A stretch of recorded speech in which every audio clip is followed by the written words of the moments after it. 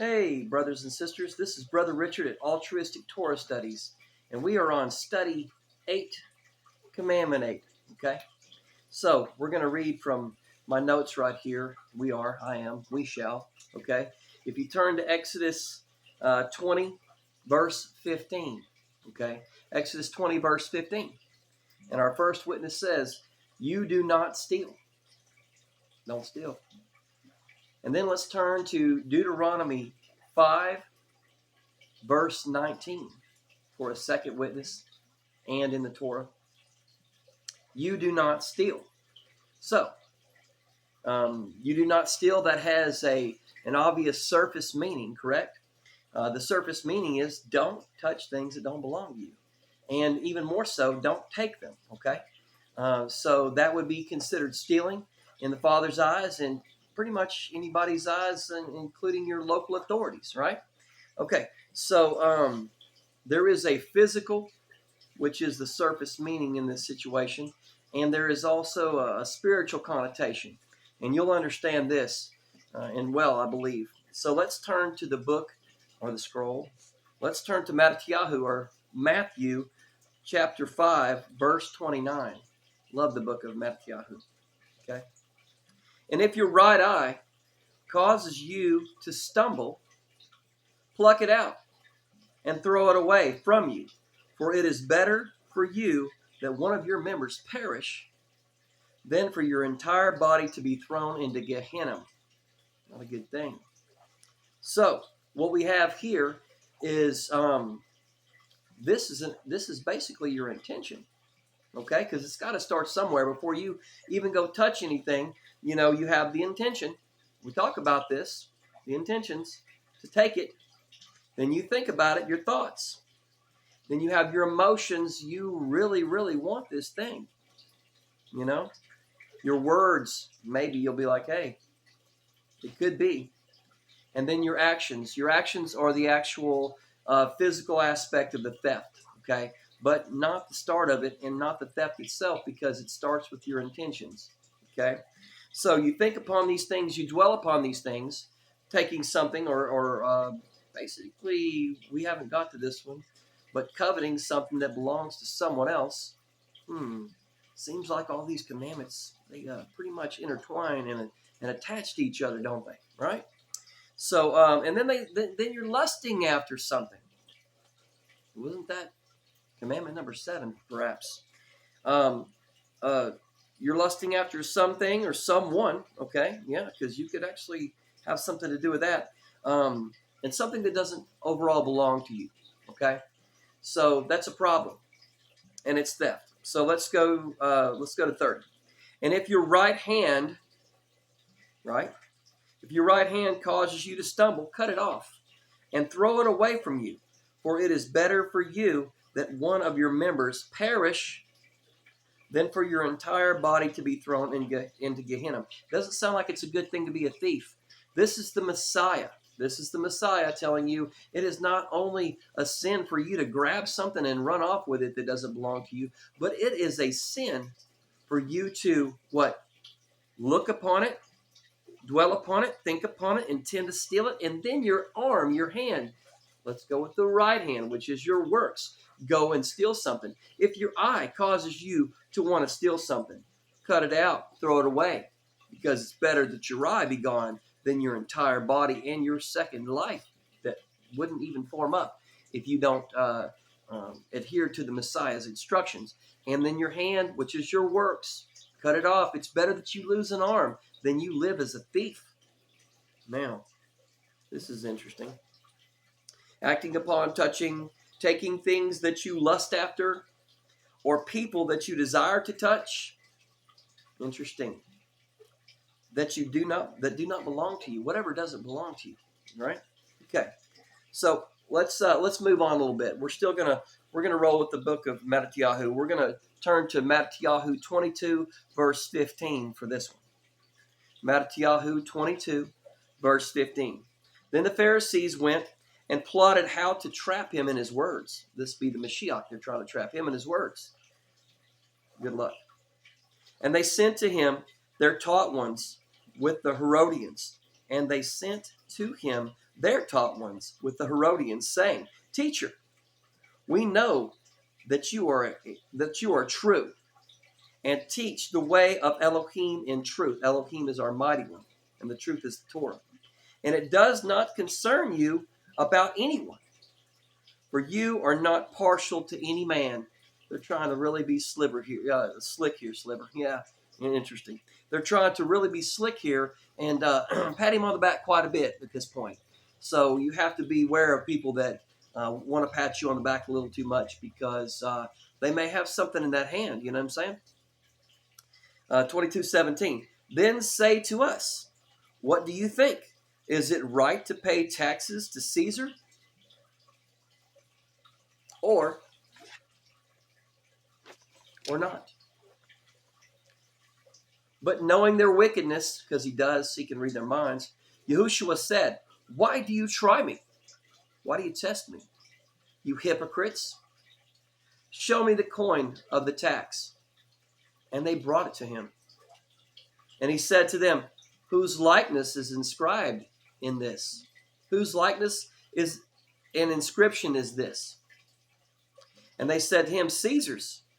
And he said to them, then give to Caesar what is Caesar's, and to Elohim, our mighty one, our Father, what is Elohim's. Interesting thought process. So whose likeness and inscription are we to bear? We're to bear the Father's likeness and inscription. We are to have the word written in our mind and in our hearts, right? We have that by study and by choosing Messiah and being given the Ruach HaKodesh. The Ruach HaKodesh gives us the unction and the comfort and the instruction, and teaches us the Torah and inscribes it in our hearts and in our minds. And we love the Father's word, okay? So whose inscription are we to bear? The mark of the Father is his name. We're to bear his name, and his name has a meaning to it, and it's an awesome meaning. We can go into that some other time, and maybe some of you already know the meaning of the name Yahuwah. Okay, so the Yod, the Hey, the Wah, the Hey. You should look those things up, and like I said, I will do a teaching on that at some point. Many people have. You could even do a search on it, but it's not today's lesson per se. We are the body of Messiah. We are to imitate Messiah Yahushua. Yes, we are. His commandments are his inscriptions and his testimony. Now, this still rings true. I wrote this quite a bit ago. This is to be written on our hearts and in our minds. Man, it's right there. Okay, we belong to Yahuwah. We do. Okay, so here's this thought process: use your silver or your life. Your life is your silver to serve the Father. You have to use your life in the service of the Father. You're given time. You're given silver. This silver is your life. It's your wisdom. Now, the Father, there is a parable that talks about silver that's given, and caught my glasses from falling on the ground. I'm not seeing real well today. But there's a parable about the silver. There's a man that gives one of his servants one piece of silver, and he gives another servant 2 pieces of silver. And I'm not exactly completely sure on this, but I know it's in the scriptures. And then he gives the third servant even more silver. Okay, and so what are we to do with the silver? Well, to begin with, who gave it to us? Well, the Father gave it to us. Okay, and we are to go with this silver, and we are to make more. Okay, and so what happens is the first servant hides it, doesn't do anything with it, doesn't tell anybody about it, doesn't witness, because silver is the word. It's silver and gold. It's more precious than that. And so what does he do? This master takes away that one piece of silver and gives it to one of the other ones, because the second one, he multiplied his silver. I don't even remember by how much. And the third one, he multiplied his silver even more. And so what he did to them is he gave them even more than they had already multiplied. Okay. So the point of it all is we not stealing from the Father is not using your time unwisely. Okay. Using your time. Let's say it the other way. Using your time wisely is being being loving and a faithful and a grateful son or daughter, okay? And it's likened to using your silver wisely, all right? So if you're not using your silver wisely and you're not gaining wisdom and you're not spreading the word, then you are stealing from the Father. Your very breath was given to you by the Father, and He owns you. He owns your breath. He owns this floor under my feet. He owns everything. He created everything, and all reality is His. And people think they belong to somebody else, or they think they belong to some sort of a religion, but in all, they don't. They only belong to the Father, and or He will He will separate Himself. He will separate you from Him, okay? If in fact that you don't belong to Him. But you know what, you do anyway. It's best to understand that and then to seek Him. And the more you seek Him, the more you love Him, the more silver you gain from this, which is wisdom. And you know, and you're expected to go and to use that wisdom to tell the world, because we are in the great deception right now, and we are to use our wisdom, our silver wisely, and not steal from the Father, okay? There's other ways that we would use our physical money wisely. That's to help the poor and the needy and things like that, and also to bolster a fellow brother or sister in case of need.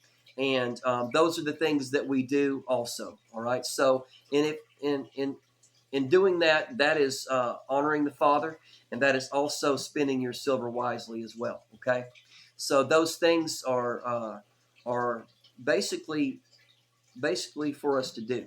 All right, so let's go back. You don't physically steal anything. Okay, you don't even mentally dwell upon stealing anything. That is theft. Okay, you shall not steal.